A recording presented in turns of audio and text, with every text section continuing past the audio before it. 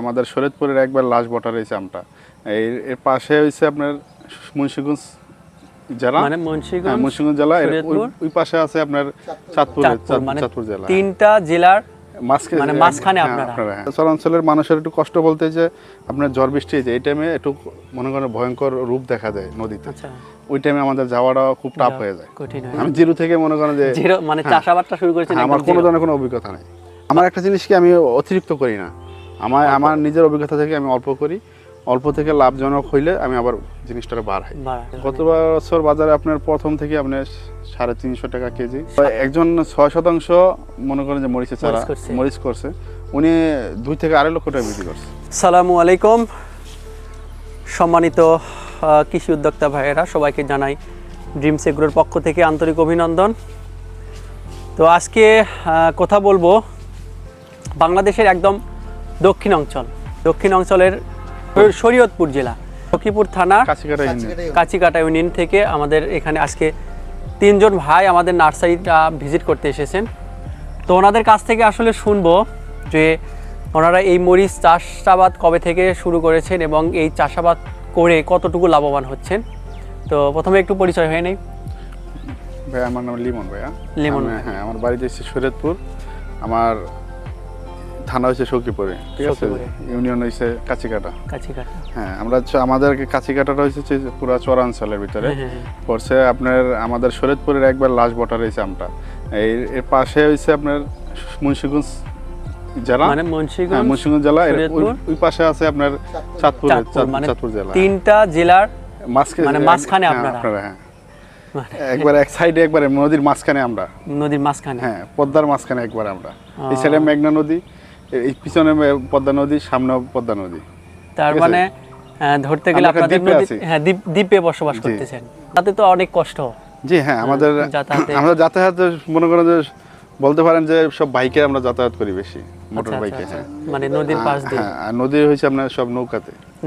জি, আপনার যে জায়গায় যাওয়া পড়বে আমাদের নৌকা ছাড়া কোনো বিকল্প নেই। আচ্ছা,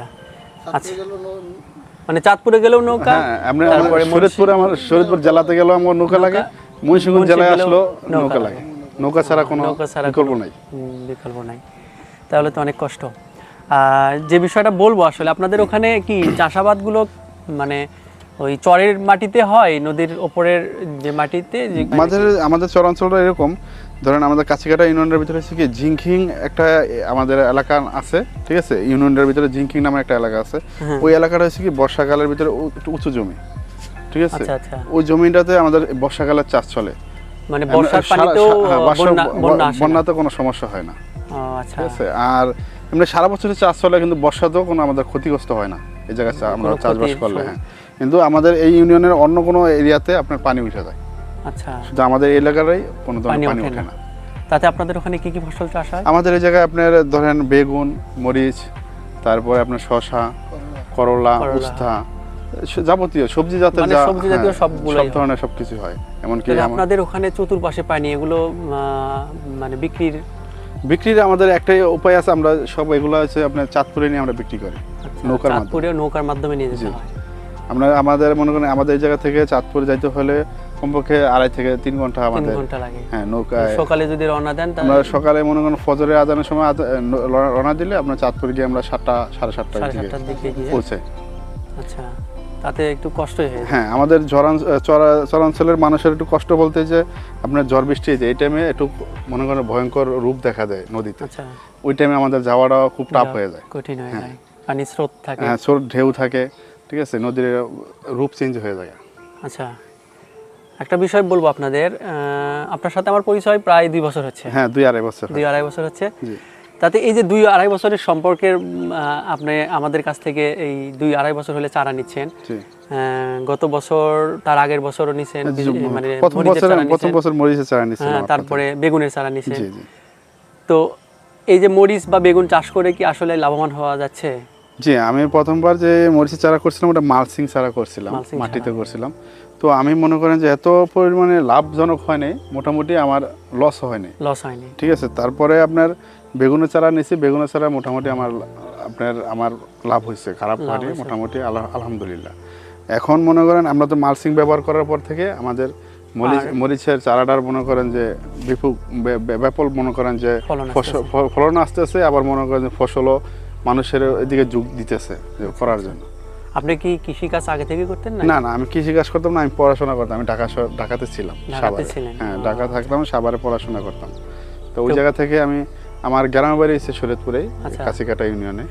আমার দাদার সম্পত্তি যত ধরনের আছে এগুলো আমাদের এই জায়গায় আছে। তো ওই জায়গা থেকে আমি এই সাভার থেকে আমি ওই জায়গায় চলে যাই। বাবা মারা যায় আমার, ওই জায়গায় গিয়ে আমি জিরো থেকে মনে করেন যে মানে চাষাবাদটা শুরু করেছেন। আমার কোনো ধরনের কোনো অভিজ্ঞতা নেই, মানে ছোটবেলা থেকেই আপনি ঢাকা শহরে? সর্বপ্রথম গিয়ে আমি একটা বাগান করছি, লেবুর বাগান। আচ্ছা, ওই বাগান থেকে আমি আস্তে আস্তে এগুলা করতেছি। এই থেকে আমি মনে করেন আমি কখনো এখন অভিজ্ঞতা, আল্লাহর রহমতে আমি কখনো আমি ধরনের কোনো লসের ভিতরে পড়িনি। কেন লসের ভিতরে পড়িনি বলতে আমার জ্ঞানে আমি করছি, আল্লাহ বাকি রয়েছে আল্লাহর হাতে। আচ্ছা আচ্ছা, মানে যারা নতুন চাষাবাদ শুরু করে, দেখা যায় যে আমরা আমাদের অভিজ্ঞতা আলোকে বলতেছি, আমরা দেখছি যারা নতুন নতুন শুরু করে অনেক অনেক মোটিভেশন নিয়ে শুরু করে, হ্যাঁ একদম মনে করেন যে প্রথম বছরেই হয়তো ফেল করে একদম কৃষিকাজ একদম লস, এটা মনে করে কিন্তু আর করতে চায় না। আপনার এরকম হয় না? না না, আমার একটা জিনিসকে আমি অতিরিক্ত করি না, আমার নিজের অভিজ্ঞতা থেকে আমি অল্প করি, অল্প থেকে লাভজনক হইলে আমি আবার জিনিসটা বাড়াই। ঠিক আছে, মানে আগে অভিজ্ঞতা নেওয়া হয়। এই ভুলটা অনেকেই করে থাকে যে আগে মানে দেখবেন যে 2-3-4 বিঘা জমিতে ফসল করে ওই যত্ন করতে পারে না, ফসল খরচ ঠিকই হয় কিন্তু মুনাফা অর্জন হয় না। তো আগামীতে আসলে মানে কোন কোন জাতের মরিচ লাগাতে চাচ্ছেন?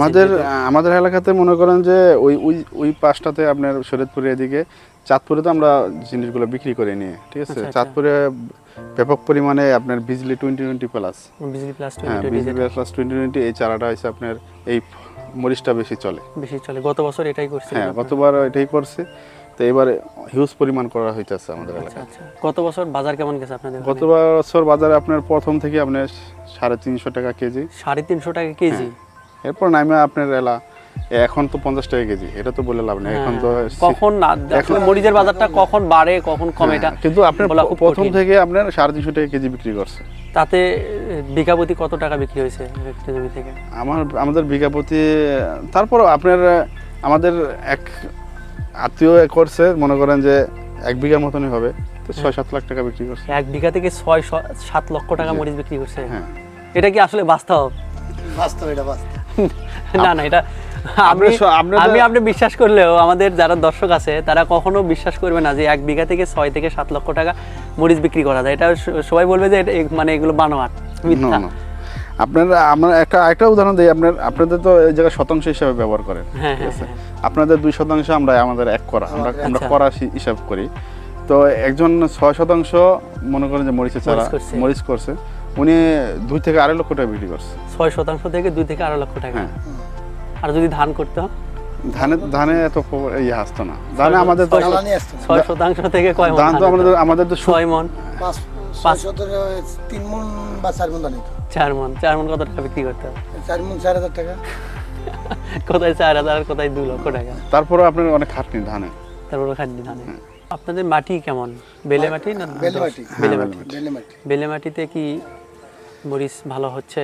হ্যাঁ, এটা করতে করতে বেলে মনে করেন বেলে থেকে বেলে 10 মাটির মতন হয়ে গেছে। মানে জৈব সারের দিতে দিতে দিতে দিতে একটা সময় ওটা, আগে যে এগুলো তো উলুবন ছিল দোআঁশে চলে আমাদের এলাকাতে, যেই এখন আমরা যেগুলো চাষ করি এগুলো উলুবন উঠতো। উলুবন শব্দটা অর্থ যে আগাছা উঠতো, কোনো ধরনের কোনো ফসল হতো না কখনো না। তো ওই থেকে আমরা মনে করেন এই চাষ করতে করতে করতে এই জমিগুলার মনে করেন যে এখন একদম উর্বর হয়ে গেছে। মানে পড়ে থাকলে তো যে কোনো জিনিসই, যে এই যে এখন আমরা যেগুলোতে মরিচ চাষ করি, এক সময় ধান চাষ হবে না, এক সময় এগুলাতে মনে করেন অনেক বড় বড় করলা হয়েছে। আচ্ছা, করলা চাষ করছে অনেক বড় লাল দাঁড়িয়ে করলা করে। এখন আর ওগুলো করে না, ওগুলো এখন হয় না, এখন আর হয় না, এখন আবার হয় না। মানে একটা সময় আপনি বুঝবেন, দেখেন এখন আপনি ইয়াং আছেন, আপনি এখন মনে করেন যে খাবার খাইলে আপনার কোনো ধরনের কোনো খারাপ লাগে না, সমস্যা হয় না। আপনি যে খাবার সামনে দিলে আপনি খায় উঠে দিতে পারেন। আর এমন সময় আছে কি আপনার বয়স হইলে এই সময় কিন্তু এই পুরো খাবারটা আপনি খায় উঠতে পারবেন না। তো এরকম এই মাটির এক সময় শক্তি থাকে, এক সময় শক্তি থাকে না, একটা সময় শক্তি থাকে না। যাই হোক, আজকে এইটুকুই। আপনাদের সাথে কথা বলে ভালো লাগলো। ভালো থাকবেন, আবার আসবেন। এই